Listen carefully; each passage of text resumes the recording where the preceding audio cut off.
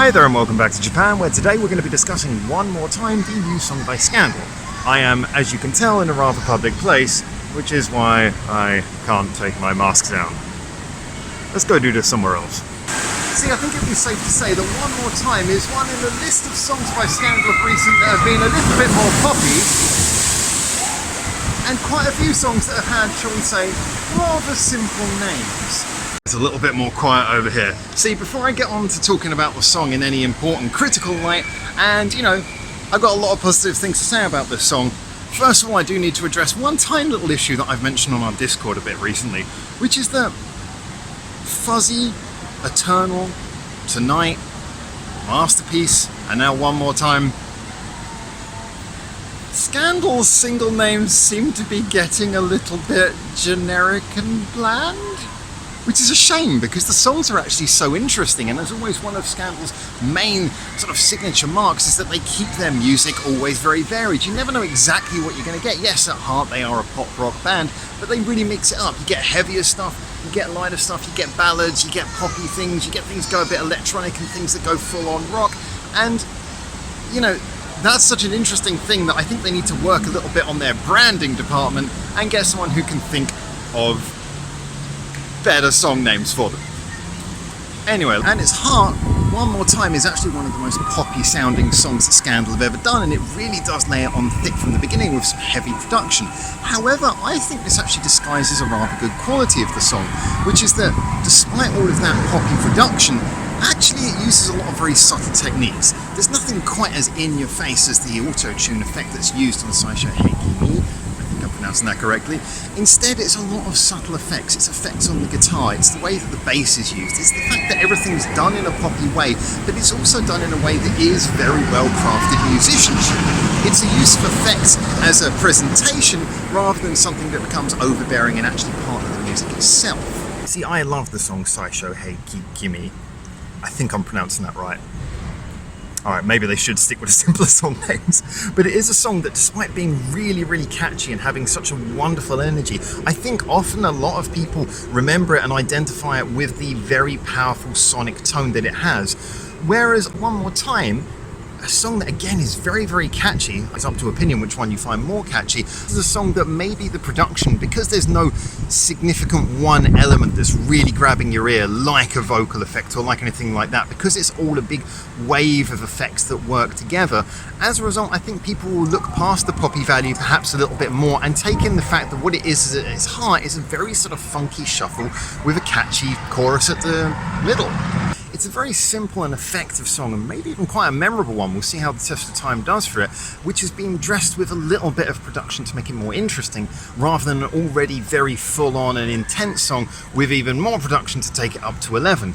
And the funny thing is in that simplicity, I think that it will both be able to keep in people's memories and also get through to a wider audience. I think this is even a good chance of them having hopefully a fairly successful single if they market it well, which I know hasn't always been the strongest point of Scandal's representation. I am still near to the theme park at Modo. It's not just people screaming. I know that could sound very harrowing if I didn't explain it. So far this review's pretty much all been about the semantics of things like song names or production styles or genre opinions. So I guess that leaves us with the question of, is the song actually any good?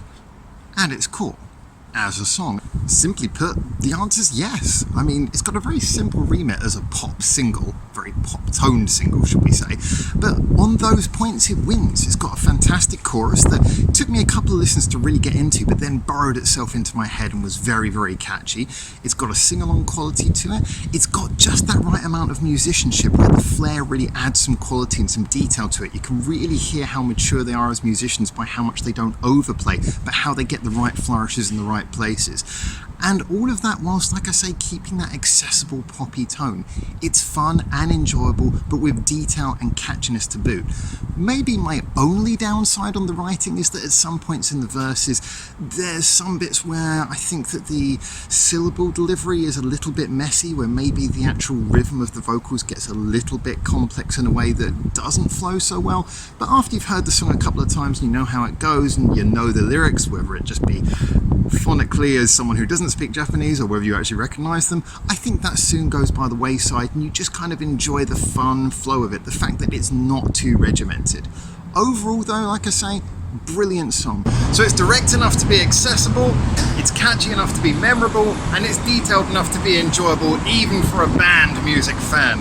It's a good pop song, but pop is obviously short for popular, so the real test is going to be seeing how well this does, hopefully how well it's marketed as well, and you know what, I think this has a good chance of doing well and hopefully getting a little bit more recognition for a long-standing and much appreciated band. After all, a good charting single is never a bad thing. So that's where the final judgment of this song will really lie, but for me, I really enjoyed it, and that leaves me with only one more job: giving you a metaphor. So one more time is finding a £5 note in your pocket, or a $5 note, or whatever the equivalent is in your country. Yeah, it's not going to turn your day upside down or even change your entire life, but I tell you what, pretty much everyone on the planet can universally agree it puts a smile on your face, and that's a quality. So there you go, and I look forward to seeing your comments on this video, because all opinions about music are subjective after all, so share yours and let's get this conversation started.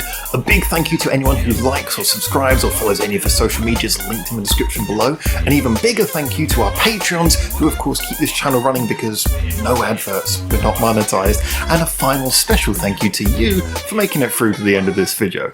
So until I hopefully see you very soon in Japan for the next one of these, for now, ciao ciao.